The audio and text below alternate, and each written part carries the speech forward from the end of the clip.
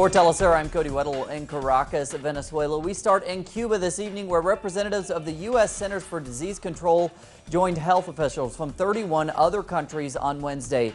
They gathered for a conference on Ebola called by ALBA, Latin America's Regional Integration Bloc.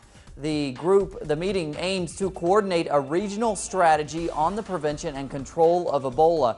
So far, Cuba has trained 461 of its own doctors and nurses for treating Ebola patients, more than half of whom have already gone to Sierra Leone, Guinea, and Liberia for 6-month missions. Currently, there are more than 50,000 Cuban-trained health workers in 66 countries. The Ebola outbreak has already killed nearly 5,000 people in West Africa. Egyptian authorities are demolishing hundreds of houses along its border with the Gaza Strip to create a security buffer zone. Residents living along the border with the Palestinian territory have been given 48 hours and promised compensation to leave their homes. The planned buffer zone will reportedly stretch along the length of the 13-kilometer border. The measure comes 4 days after armed men attacked an army post, killing at least 31 soldiers in the Restiv area in the northeastern corner of the Sinai Peninsula. The European Commission has canceled a news conference scheduled for its perspective on talks between Russia and Ukraine. Specifically, the press event was planned to cover gas supplies. The Commission says ongoing negotiations in Brussels forced the cancellation. All three parties had been hoping to conclude a deal on resuming Russian national gas supplies to Ukraine over the winter. Differences over payments have been hampering their efforts to reach an agreement. In Mexico, Wednesday, parents of the 43 missing students of Ayotzinapa met with President Enrique Peña Nieto in the official residence. For what we know about their meeting, we go to our correspondent, Clayton Kahn.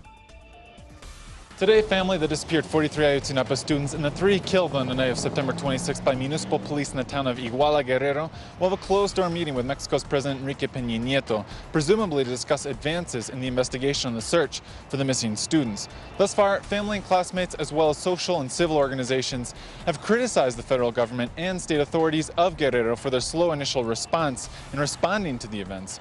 Meanwhile, Guerrero's new interim governor, Rogelio Ortega Martinez, along with federal security and defense ministers, announced that they will seek to build a bridge with the social movements demanding the return alive of the students, as well as possibly negotiate with the organized crime group that is presumably responsible in the forced disappearance of the students. Finally, results are pending to verify the identity of human remains found in a clandestine grave in the town of Cocula. Many speculate the remains may be those of the Ayotzinapa students. This is Clayton Kahn reporting from Mexico City for Telesur. And thanks to Clayton, we go to Colombia, where the FARC guerrilla group called Wednesday on the United States to accept part of the responsibility for the origin and escalation of the armed conflict in Colombia. FARC leaders made the announcement during the ongoing peace talks with the Colombian government in Havana, Cuba. We call on the United States to accept main responsibility for the origin, persistence, expansion, escalation, and intensification of the different phases and facets of the conflict, with the resulting process of systematic abuse for the victims. Wednesday, King Felipe VI and Queen Letizia welcomed Chilean President Michelle Bachelet at her start of the official visit to Spain. Her visit is expected to center on economic cooperation. On Thursday, President Bachelet is expected to meet businessmen, politicians, and academics to sign several bilateral agreements on security and sports. Spain is Bachelet's second and last stop in a European tour, which also included Germany. It is her first since being re-elected earlier this year for a second term in office. The World Meeting of Popular Movements concluded today in Vatican City. The participants agreed on a broad set of challenges facing the world's marginalized population. Attendees discussed rights of indigenous groups, including those to land, work, and housing. Activists from across the globe attended the event. Following a second round of voting in municipalities where technical problems arose on Election Day, the plurinational state of Bolivia has now announced the final official results of the country's presidential election. David Doherty brings us this report. Bolivia's Supreme Electoral Tribunal announced the official results of the country's presidential election on Wednesday, October 29.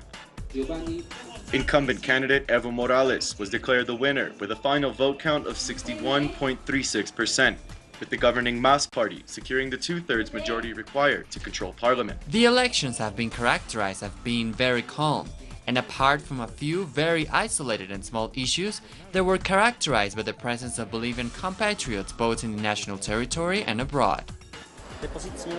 Voting was repeated in 49 voting centers in the Santa Cruz and Oruro departments on October 26th due to logistical and administrative errors that arose at the centers on Bolivia's original election day, October 12th. Bolivia's next elections will take place in March of 2015, where the country will elect local and municipal officials. Reporting from La Paz, David Doherty, Telesur. And thanks to David. As the death toll continues to rise in West Africa, fear of the Ebola virus has only fed stigmatization of the people of the region. As our correspondent Oscar Epelde reports, the virus and its effects have also devastated the local economy. Of the 8 airlines coming to Sierra Leone, only 2 remain. The tourism industry is under threat of being completely ruined. And in general, all of the economic activities of the people have been drastically reduced because of Ebola. School and universities remain closed.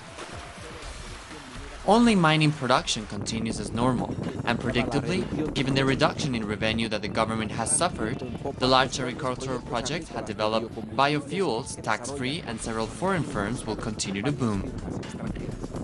The basic necessities for me to live a normal life. In most places they're absent. You don't have water. Where we are living, this is a so-called city. But if I tell you there is no pipe-borne water around this vicinity, you wouldn't believe it. Frederica is the owner of this small fashion design business where 25 people work. You just live in, it's just a sustainable way of living. You just work to eat. You can't save. You can't do large investments. I mean, it's just, you are just existing. Because of Ebola, parties and public meetings have been reduced to a minimum, and Federica's store backlog of orders have plummeted. The women suffer the impact of the devastation that the epidemic has caused in an unsanitary environment.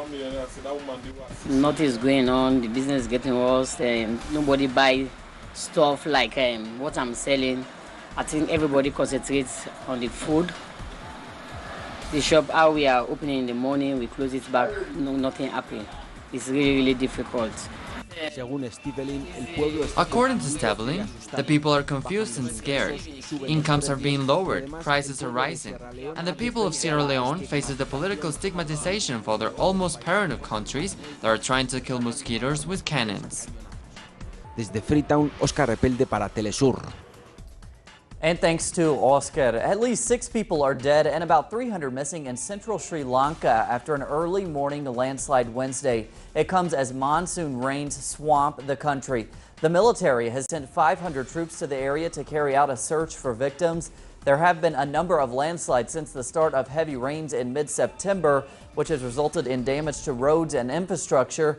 Wednesday's deaths were the first casualties. Some roads in the central districts of Kandy, Nuwara Eliya, and Badula were blocked following landslides, limiting public transport. The UN Security Council held an emergency meeting Wednesday to discuss Israeli plans to build more Jewish settlements in Arab East Jerusalem. The urgent talks were requested by Jordan following a letter from Palestinian envoy Riyad Mansour. Mansour called on the 15-member council to address the situation in occupied East Jerusalem. Israeli settlements are illegal under international law and the Fourth Geneva Convention, to which Israel is a signatory. Thousands of Hungarians marched in Budapest late Tuesday, denouncing a proposed law to tax internet usage. It marks the second mass protest this week opposing the measure proposed by Prime Minister Viktor Orban. Protesters vowed to continue the rallies until the government withdraws the tax plan. Rallies were also held in several other Hungarian cities and at some Hungarian embassies in EU countries. Plenty more on those stories and others at our website, telesurtv.net/English for Telesur English. I'm Cody Weddle. We'll see you right back here tomorrow.